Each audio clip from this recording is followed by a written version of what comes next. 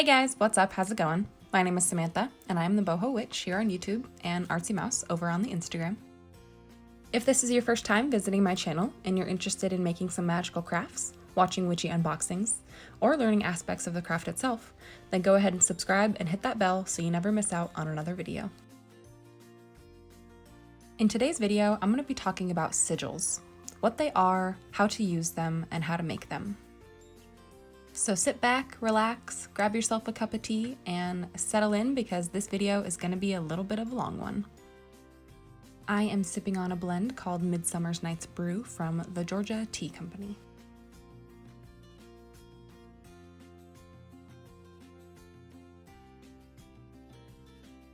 Sigils are magical symbols used by witches and others looking to create a change in their lives. They can be used to attract things like money or love, but also be used to banish things like negative energy, people, or bad habits. Sigils are very diverse and may seem complicated, but are very useful once you get the hang of creating them. So essentially, a sigil is a sentence compressed down into a symbol, and your sentence is your affirmation. When choosing your affirmation to make into your sigil, we don't want to use things like I will, because that is disempowering.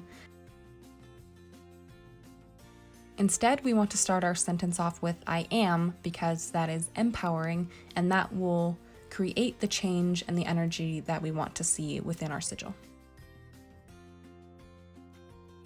Today, for the purpose of this video, we are going to be using the affirmation I am protected.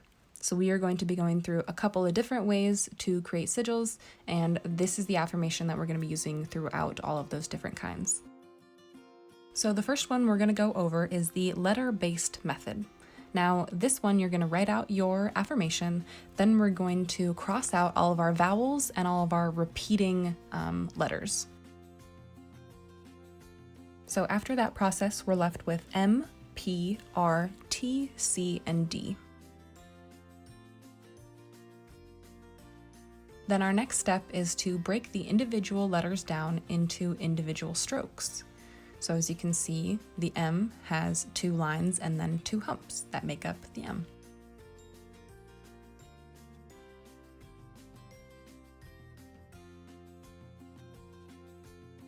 Now is the part where we actually draw our sigil.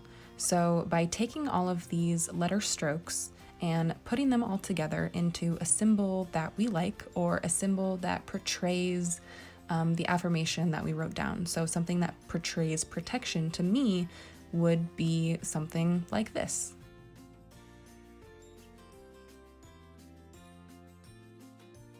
During this step, try not to criticize yourself too much or worry too much about time. Sometimes it takes a long time to make a good sigil, or sometimes the symbol will just come to you. Take your time, go slow, think about it, and in the end you'll figure out one that works best for you.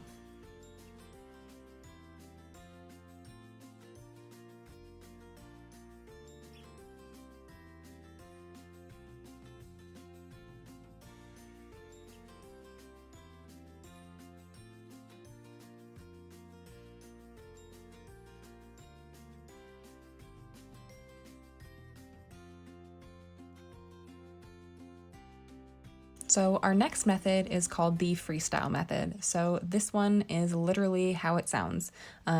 You just draw up symbols that remind you of protection. So here I drew a house. I also drew an X, maybe banishing other negative energies. Here I drew a kind of little half circle and then something protected underneath of it by that half circle. So these, in my mind, just make me think of protection. So me trying to put these symbols together. Here's one, kind of like that one, maybe. So again, don't beat yourself up too much. Don't try to think too hard on it. Just draw and see what your brain and your hand come up with.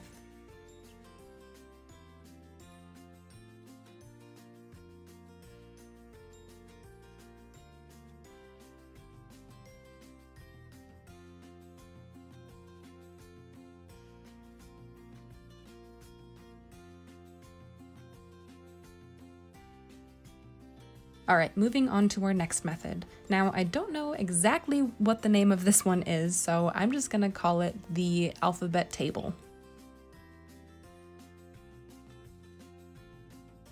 All right, so in the alphabet table method, we are going to write out our affirmation.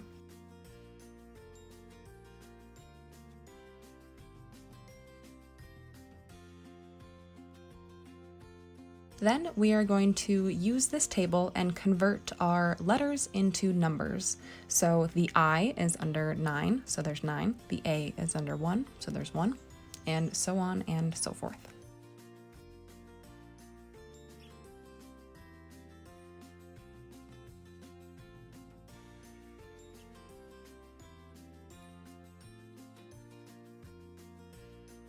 If you want a more complex sigil, go ahead and leave your vowels. If you want a more simplified one, go ahead and take out your vowels and your repeating letters.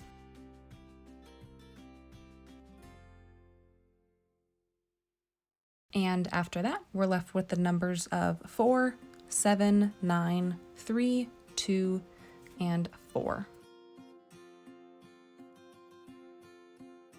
So now that we found our magic number for our affirmation, we are going to take it over to this, which is our number table. Now you can either use this set standard table, or, as I've seen other people do, you can make your own number table. Super simple, just draw out your grid and then mark your squares 1 through 9 wherever you want.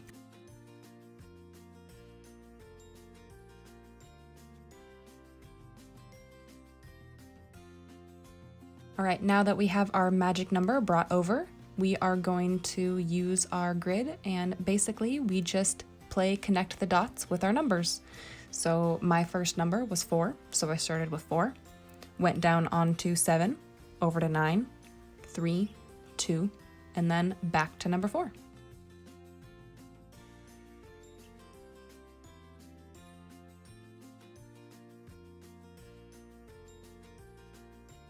So bringing my shape down so we can see it a little bit better, this is what it turned out to look like. So here you can really see just how different each symbol gets by what different method that we use. So here I'm going to use my freestyle grid and I'm going to get an even different shape.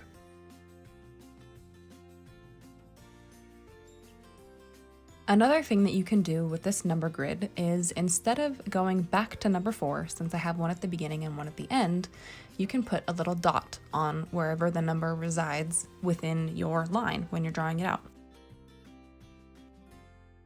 I actually like the way that the second one turned out. It looks kind of like an S, and my name starts with an S, so and I felt like that little end needed a little bit of a line. I don't know. See, this is just how much you can play with your sigils.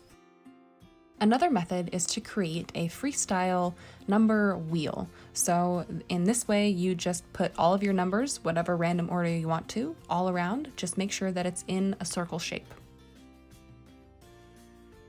And then you just connect the dots, basically just exactly as we did in the number grid, until you finish your numbers and you get your shape.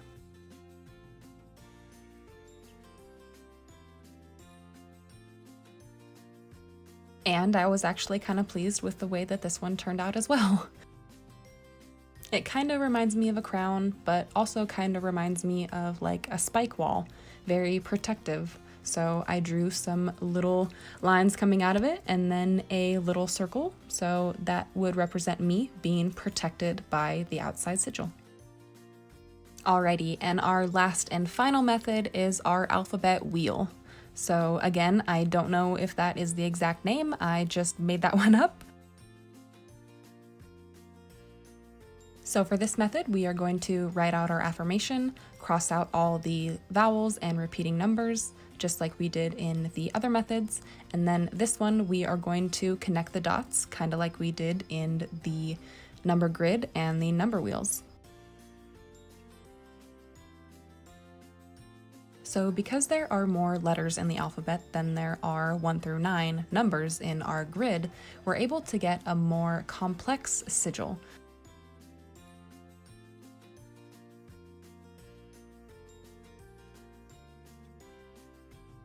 So here is my sigil drawn out on the bottom so we can actually see the shape of it when it's not overlaying on the alphabet wheel. And just looks like a bunch of loop-de-loops to me. Doesn't really scream protection to me at all. So I probably will not be using this particular shape.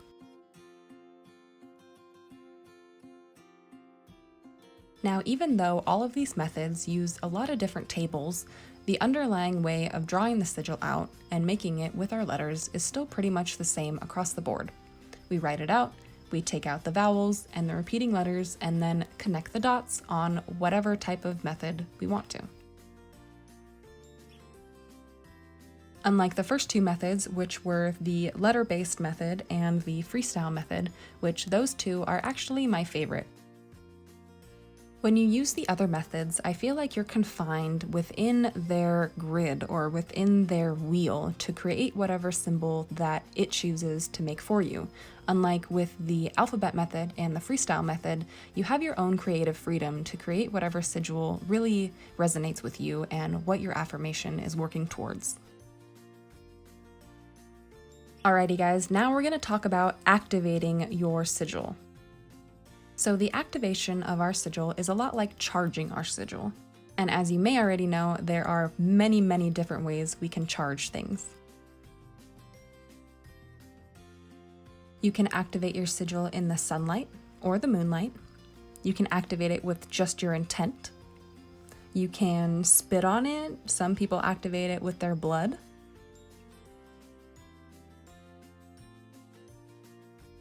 But the most common way, and the way we're going to do it today, is we're going to burn it. So grab a fire-safe dish and some tweezers so your hands aren't right on the paper and won't get burned.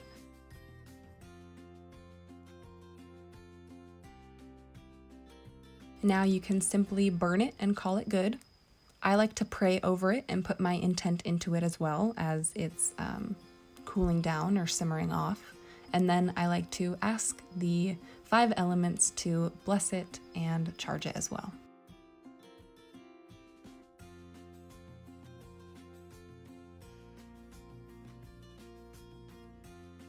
Another common way I see people charge or activate their sigils is to use crystals. So this is really awesome if you are in an apartment and you can't light a fire, you're not allowed to light candles, and a crystal just set on top of it.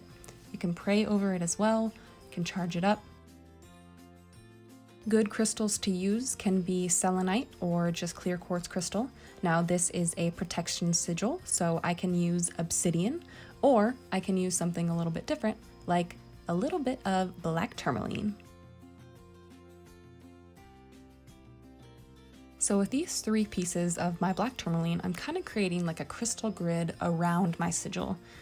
I'm going to ask the black tourmaline to lend its energies of protection into my sigil, kind of like fueling it up.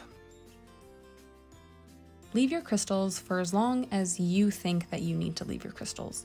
This can be for a couple days, a couple minutes, a whole moon cycle if you're feeling crazy. Just go with what resonates with you. Whether you burned your sigil or activated it with your crystals, once it is activated, it is ready to use. One really common place to put sigils, and especially protective sigils, are on the soles of your shoes. You can, like I did, put the little piece of paper inside of your shoe, or you can draw the symbol on the bottom of your shoe, so whenever you are out and about, you are being protected. Sigils are a very versatile tool in magic. They can go literally anywhere.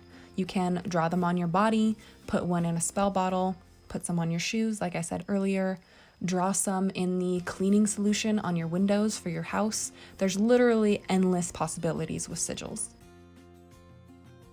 Whew! Alright guys, well I think I covered all of the bases of making sigils and then how to use them. If I forgot anything or you have any further questions for me, don't hesitate at all. Go ahead and pop them down below in the comment section. Make sure to like and subscribe and all that good stuff. And as always, be kind to each other, do what you will, but harm none. All right, bye guys.